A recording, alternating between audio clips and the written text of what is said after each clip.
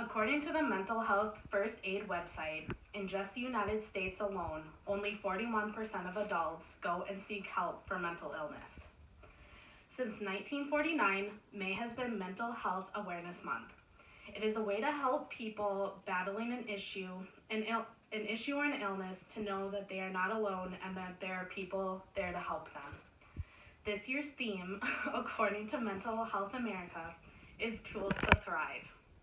It is to give people the tools that they may need to help improve their mental health. Mental health affects half of the population within the United States alone. It is a disease that affects everyone in some sort of way, whether we see it or not. Mental health has become more of a popular issue in today's age. More people are being open and more accepting that they have a mental illness, and they go and they seek help. Some of the most common mental illnesses that occur in everyone at some point in time are stress, depression, and anxiety. According to Medline Plus website, stress is the feeling of emotional or physical tension. It is a reaction of your body from a challenge you may be facing. When your body is stressed, it releases a hormone to tell your body to stay alert. Some things that cause stress are as simple as starting a new job or starting at a new school. There are two main forms of stress. There's acute and there's chronic. According to Lawrence Knott, acute stress is a short burst of stress that occurs. Everyone experiences this sort of stress at some point in their life.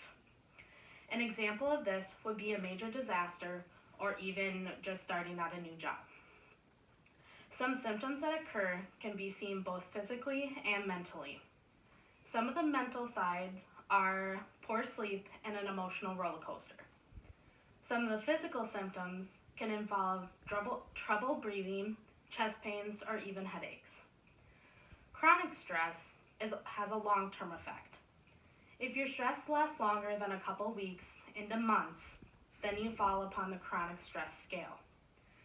Some examples of this could be, are you going through a bad marriage or you have really bad money problems? When you experience chronic stress, your body can develop heart problems, high blood pressure, and even diabetes.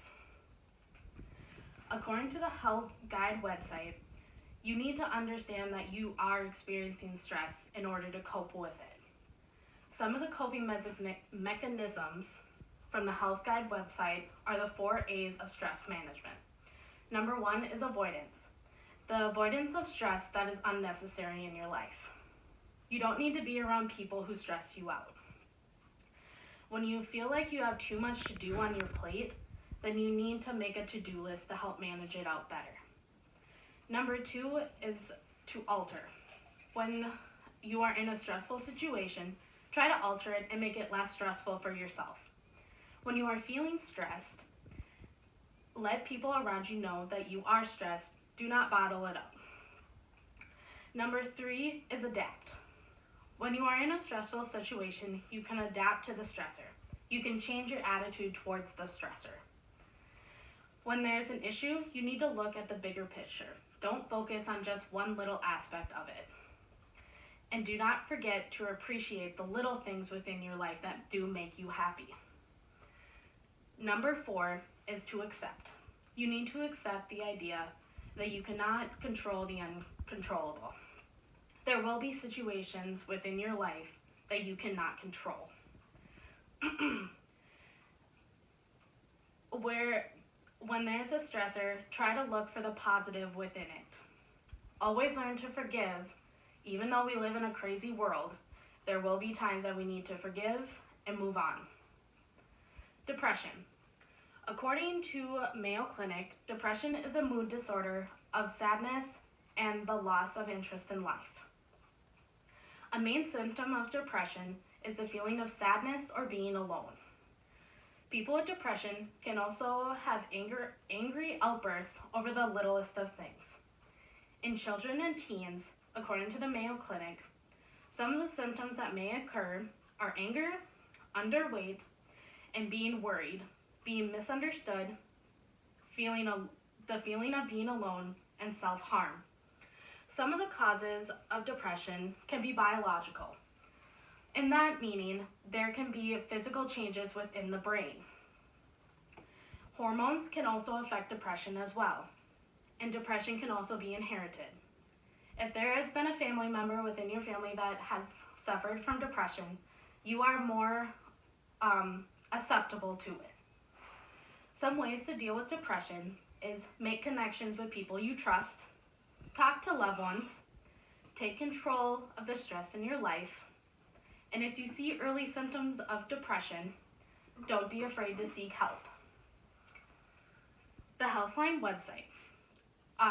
Anxiety is your body's reaction to stress in your life. Some examples of this could be starting at a new school or even giving a speech in front of an audience.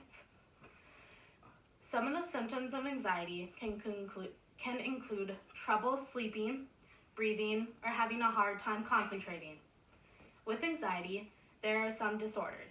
Some of the most common disorders are panic disorders, which panic attacks happen all the time.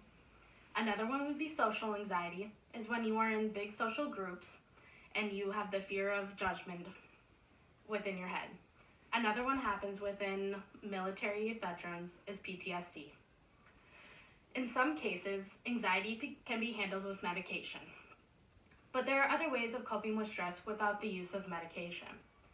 According to the Healthline website, some of the ways may include getting enough sleep for your body, eating healthier stuff, and avoiding alcohol and caffeine, and staying active within your life, both physically and mentally.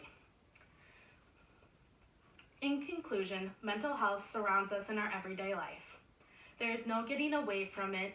Family and friends always have your back. If you or someone you care about has a mental illness, just let them know that you are there for them and you want to help them in any way you can. Stress, depression, and anxiety are just the tip of the iceberg of mental health, but they are the most common among people. Mental health is not something to joke about. It is a very serious situation and should be taken very seriously no matter what it may be what the individual may be seeking.